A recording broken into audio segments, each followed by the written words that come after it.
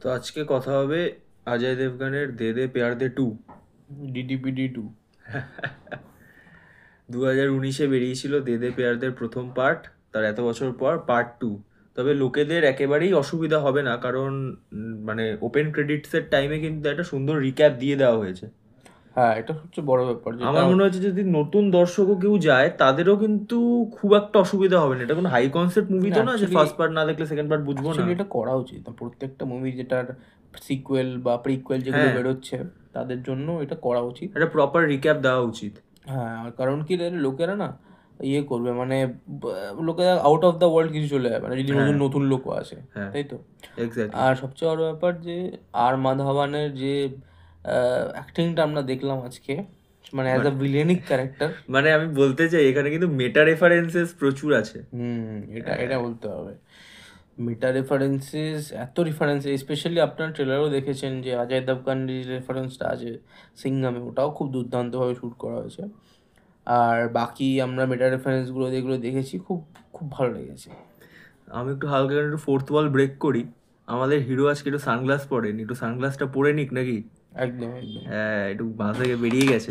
মেটা references বলতে মনে পড়লো, আমি একটু ফোর্থ ওয়াল ব্রেক করে বলে দিলাম। হ্যাঁ, আর মেটা রেফারেন্সেস এর মধ্যে যেটা উল্লেখযোগ্য সেটা হচ্ছে কি সিংঘামের যে মেটা রেফারেন্সটা ছিল।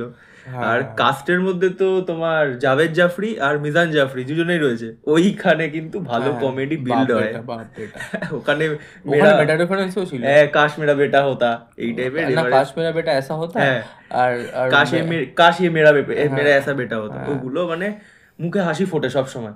একদম। আর আর মুভিটার প্রত্যেকটা সিনে কমেডি আছে। আমি আমি এমন একটা সিন দেখিনি যেখানে কমেডি নেই। হ্যাঁ, মানে এটা কিন্তু মানে ক্রিঞ্জ কমেডি নয়, ওখানে খুব মানে মাঝে মধ্যে কিছু সিরিয়াস কথাও হচ্ছে, কিন্তু এমন ভাবে বলা হচ্ছে আমাদের হাসি পাচ্ছে। হ্যাঁ মানে সেটা মানে মেইনলি কমেডিটা এসছে থ্রু আর মাধবন আর গৌতমী কাপুরের ক্যারেক্টারটা থ্রুতে।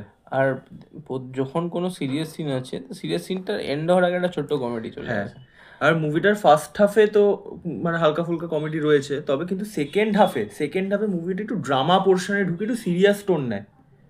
আর হ্যাঁ, দেখ, সেকেন্ড হাফটা বেসিক্যালি মানে প্রথম হাফে স্টোরি বিল্ডিং হচ্ছে, ঠিক আছে। প্রথম হাফে খুবই ভালো কমেডি আছে, সব আছে, কিন্তু সেকেন্ড হাফে একটুখানি ড্রামাতে চলে যায়, একটু সিরিয়াস টোন নিয়ে নেয় গল্পটা। কিন্তু তা প্রত্যেকটা সিনে কমেডি ছিল। কিন্তু তারপরে আবার লাস্টের 20 মিনিট লাস্ট লাস্টের পুরো আমরা সারাক্ষণ হেসে যাচ্ছি লাস্টের 20 মিনিট। লাস্টের যে টুইস্টটা যেটা ছিল ওটা বলতে হবে। হ্যাঁ, মানে এখানে কিন্তু আমি এক্সপেক্ট করিনি, আমি জানতাম এন্ডিং এ হ্যাপি এন্ডিং অফকোর্স হবে লাভ রঞ্জনের মুভি, কিন্তু ওই এন্ডিংটা পৌঁছানোর জন্য যেভাবে রাস্তাটা ঘুরিয়ে পেঁচিয়ে নেওয়া হয়েছে ওটা কিন্তু আমি এক্সপেক্ট করেছিলাম না। আপনারা কেউ ভাবতে পারবেন না যে ওরকম ভাবে কিছু হতে পারে। হ্যাঁ, তুমি এক্সপেক্ট করেছিলে এরকম একটা হতে পারে?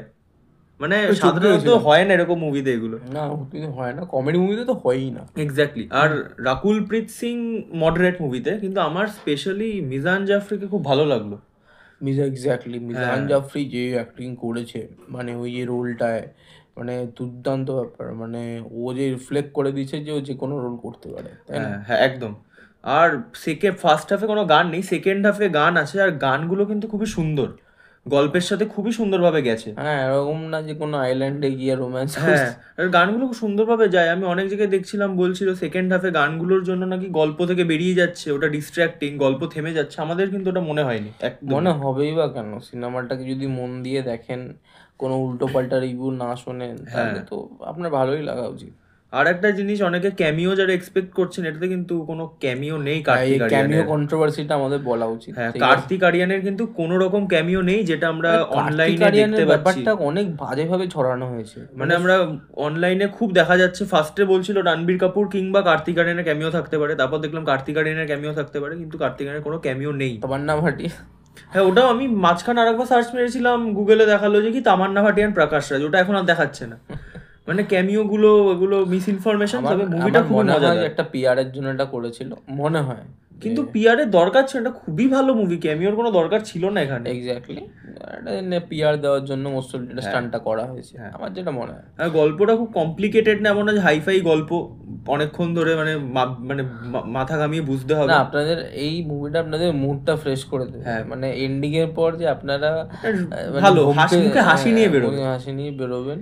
একটা মানে ফ্যামিলি এন্টারটেইনমেন্ট, মানে ফ্যামিলি নিয়ে যাওয়াই যায়। একটা কিসিং সিন বাদ দিয়ে এমন কোনো ভালগার সিনসও নেই, আর মানে যেগুলো স্ল্যাং গুলো মিউটও করে দেওয়া ওর হয়েছে। জন্যই তো 13+ পেয়েছি, এমনি 13+ থোড়ি আর স্ল্যাং গুলোকেও খুব মানে খুব সুন্দরভাবে মিউট করা হয়েছে। আমরা যে শুনি বিপ দেওয়া হয়নি কিংবা ইয়ে দেয়নি, যে একটা প্যাক প্যাক করে একটা না একটা প্যাক প্যাক টাইপের সাউন্ড দেওয়া বিসেল দিয়েছে, মানে খুব সুন্দরভাবে মিউট করা যায়, ওটা হাসি ফোটে।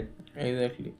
আর প্রত্যেকটা মানে কি বলবো, কমেডি খুব হাস্যকর, তাই না? হ্যাঁ, মেটা মানে বেসিক্যালি মেটা জোকস গুলোর জন্যই কমেডিটা ক্রিয়েট হচ্ছে। এক্স্যাক্টলি, মেটা জোকস গুলো খুব ভালো, মানে আলাদা লেভেল। আর বলো জুবা কেসারিটা বলো, হ্যাঁ এরকম ওইগুলোতে পুরো শয়তানের রেফারেন্স থেকে শুরু করে বলো জুবা কেসারি, দৃশ্যম, সিংঘাম তো রয়েছে, ফার্স্ট পার্টেও সিংঘামের একটা ছিল। তবে আমি যা শুনছিলাম কি থার্ড পার্ট আসতে পারে, ওখানে টাবুর মানে Ajay Devgan side of family reunite হলে পুরো ক্যাজরা হবে। দেখা যাক, যত তাড়াতাড়ি আসে তত তাড়াতাড়ি ভালো। হ্যাঁ, মুভিটা খুবই ভালো, আমার ভালোই লেগেছে। আপনারা যান, হলে যান, সাপোর্ট করুন। 8/10 আমার জন্য। আমার 8.5/10, আমার সত্যি খুব ভালো লেগেছে। ফ্যামিলি নিয়ে যাও, হাসি করো, মজা করো, দেখে বেরিয়ে এসো, অত মাথা ঘামানোর দরকার নেই। একদম। তাহলে আবার দেখা হচ্ছে অন্য কোনো রিভিউতে। চলো, টাটা, গুড নাইট, বাই।